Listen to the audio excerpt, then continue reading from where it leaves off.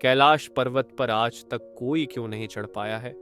जानिए इस कहानी को विस्तार से। नमस्कार दोस्तों, गढ़वाल तक न्यूज चैनल में आपका स्वागत है। मैं आपका दोस्त मिलाप चौहान। वीडियो को लाइक शेयर जरूर करें। हिंदू धर्म मात्र एक धर्म नहीं,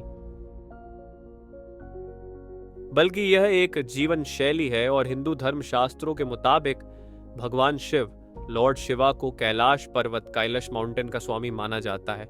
इतना ही नहीं, प्रचलित मान्यताओं के मुताबिक महादेव अपने पूरे परिवार और अन्य समस्त देवताओं के साथ कैलाश पर्वत पर रहते हैं। वहीं दरअसल पौराणिक कथाओं में ऐसी कई घटनाओं के बारे में जिक्र किया गया है जिनमें कई बार असुरों और नकारात्मक शक्तियों ने कैलाश पर्वत पर चढ़ाई करके इसे भगवान शिव से छीनने का प्रयास किया, लेकिन उनकी मंशा कभी पूर्ण नहीं हो सकी। इतना ही नहीं, बता दें कि आज भी यह बात उतनी ही सच है जितनी पौराणिक काल में थी। और भले ही दुनिया भर के पर्वतारोही माउंट एवरेस्ट को फतह कर चुके हैं, लेकिन आज तक कोई भी व्यक्ति कैलाश पर्वत को फतह नहीं कर पाया है। और आखिर ऐसा क्यों है? इसके पीछे क्या रहस्य है? आइए आपको बताते हैं। हम बता दें कि हिंदू धार्मिक मान्यताओं के मुताबिक कैलाश पर्वत का अपना एक अलग महत्व है, क्योंकि यह भगवान शिव का निवास स्थान माना जाता है। लेकिन ऐसे में जो विचारणीय तथ्य है वो ये कि आखिर ऐसा क्या कारण है कि दुनिया की सबसे ऊंची चोटी माउंट एवरेस्ट को अभी तक 7,000 से ज्यादा लोग फतह कर चुके हैं, जिसकी ऊंचाई 8,848 मीटर है। लेकिन कैलाश पर्वत पर आज तक कोई नहीं चढ़ पाया है, जबकि इसकी ऊंचाई एवरेस्ट से लगभग 2,000 मीटर कम यानी 6,638 मीटर ही है।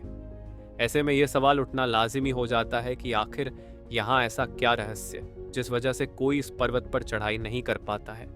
मालूम हो कि कैलाश पर्वत के बारे में अक्सर ऐसी बातें सुनने में आती हैं। कई पर्वतारोहियों ने इस पर चढ़ने की कोशिश की, लेकिन इस पर्वत पर रहना असंभव था, क्योंकि वहां शरीर के बाल और नाखून तेजी से बढ़ने लगते हैं।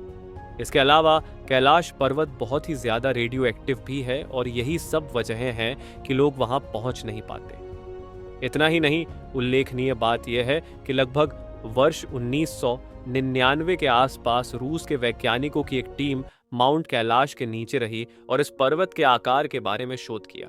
वहीं शोध के बाद जो तथ्य निकल कर आए, उनके मुताबिक इस पर्वत का आकार त्रिकोण की तरह और बर्फ से ढका रहता है, जिसकी वजह से इस पर्वत पर चढ़ाई करना मतलब मौत को दावत देना जैसा है।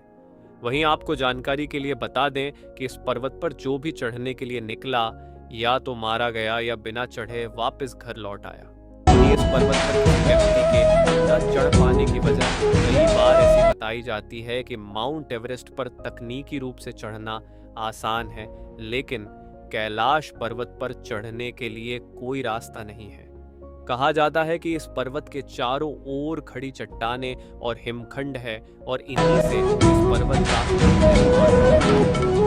ऐसे में कैलाश पर्वत तक पहुंचने का कोई सुगम मार्ग नहीं है और रास्ते में ऐसी कई मुश्किल चट्टानें हैं जहां चढ़ने के मामले में बड़े से बड़े पर्वतारोही हार मान लेते हैं। हालांकि चीन सरकार ने कुछ पर्वतारोही को कैलाश पर्वत पर चढ़ने के लिए भेजा था, लेकिन इसका सभी ने खुलकर विरोध किया था।